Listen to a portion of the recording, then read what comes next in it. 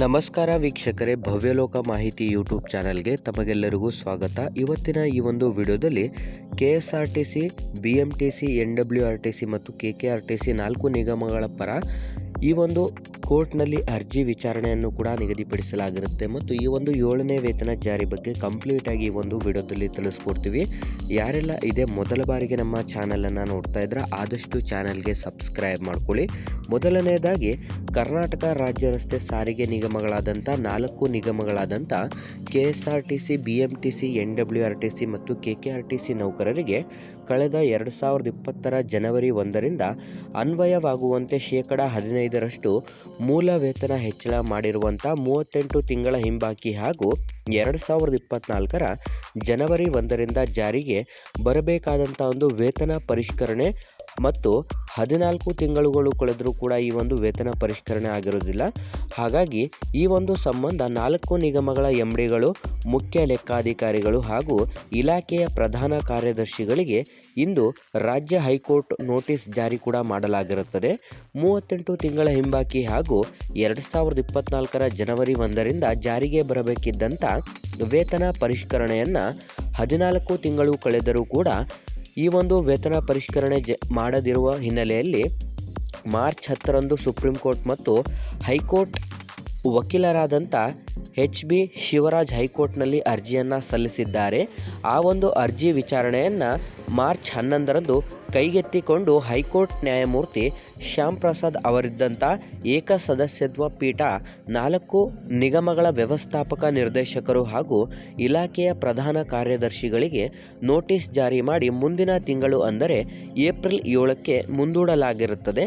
ಈ ಒಂದು ಹೈಕೋರ್ಟ್ಗೆ ಸಲ್ಲಿಸಿರುವಂಥ ಅರ್ಜಿಯಲ್ಲಿ ಏನೇನೆಲ್ಲ ಇದೆ ಅಂತ ನಾವು ನೋಡ್ತಾ ಹೋಗೋದಾದರೆ, ಸರ್ಕಾರಿ ನೌಕರರಿಗೆ ಕೊಡುತ್ತಿರುವಂಥ ವೇತನ ಸೇರಿದಂತೆ ಇತರೆ ಸೌಲಭ್ಯಗಳನ್ನು ಸಾರಿಗೆ ನೌಕರರಿಗೂ ಕೂಡ ಕೊಡಬೇಕು ಮತ್ತು ಸಾರಿಗೆ ನೌಕರರಿಗೆ 38 ತಿಂಗಳ ವೇತನ ಹೆಚ್ಚಳದ ಹಿಂಬಾಕಿ ಕೊಟ್ಟಿಲ್ಲ ಮತ್ತು ಜೊತೆಗೆ 2024 ಜನವರಿ 1ರಿಂದ ಆಗಬೇಕಿದ್ದಂಥ ವೇತನ ಪರಿಷ್ಕರಣೆ ಇನ್ನೂ ಕೂಡ ಈ ಒಂದು ಪರಿಷ್ಕರಣೆ ಮಾಡಿಲ್ಲ ಎಂಬುದಾಗಿ ಸೇರಿದಂತೆ ನೌಕರರಿಗೆ ಹಲವು ಸೌಲಭ್ಯಗಳನ್ನು ಕೊಟ್ಟಿಲ್ಲ ಎಂದು ಈ ಒಂದು ಅರ್ಜಿಯಲ್ಲಿ ತಿಳಿಸಲಾಗಿರುತ್ತೆ.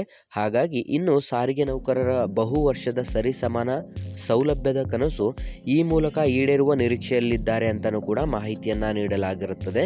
ನೀವು ಗಮನಿಸ್ತಾ ಇರಬಹುದು, ಈ ಒಂದು ಸಾರಿಗೆ ನೌಕರರಿಗೆ ಸಂಬಂಧಪಟ್ಟಂತೆ ಈಗ ಆಲ್ರೆಡಿ 7ನೇ ವೇತನ ಪರಿಷ್ಕರಣೆ ಹಿನ್ನೆಲೆಯಲ್ಲಿ ಹೈಕೋರ್ಟ್ಗೂ ಕೂಡ ಅರ್ಜಿ ಸಲ್ಲಿಕೆ ಆಗಿರುವಂಥ ಹಿನ್ನೆಲೆಯಲ್ಲಿ ಇನ್ನೇನು ಕೆಲವೇ ದಿನಗಳಲ್ಲಿ ಈ ಒಂದು ವೇತನ ಪರಿಷ್ಕರಣೆ ಆಗಬಹುದು ಅಥವಾ ನಿಮಗೆ 7ನೇ ವೇತನ ಜಾರಿಯಾಗುವಂಥ ಸಿಹಿ ಸುದ್ದಿಯನ್ನು ಕೂಡ ನೀಡಿರ್ತಾರೆ.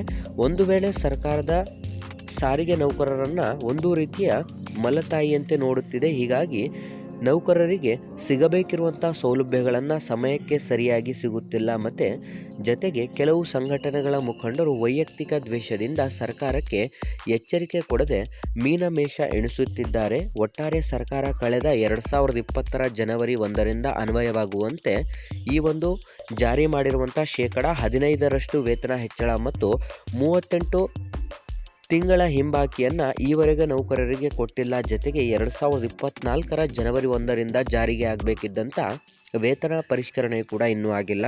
ಹಾಗಾಗಿ ಇದರ ಸಂಬಂಧ ಇದೀಗ ಹೈಕೋರ್ಟ್ನಲ್ಲಿ ಅರ್ಜಿ ಸಲ್ಲಿಕೆ ಕೂಡ ಆಗಿದ್ದು ವಿಚಾರಣೆಗೆ ದಿನಾಂಕವನ್ನು ಕೂಡ ನಿಗದಿಪಡಿಸಲಾಗಿರುತ್ತೆ. ಹಾಗಾಗಿ ಇದರ ಬಗ್ಗೆ ಕಂಪ್ಲೀಟ್ ಆಗಿ 7ನೇ ವೇತನ ಮತ್ತು ಸಾರಿಗೆ ನೌಕರರಿಗೆ ಸಂಬಂಧಪಟ್ಟಂಥ ಮಾಹಿತಿಗಳನ್ನು ನಮ್ಮ ವಿಡಿಯೋದಲ್ಲಿ ತಿಳಿಸ್ತಾ ಇರ್ತೀವಿ.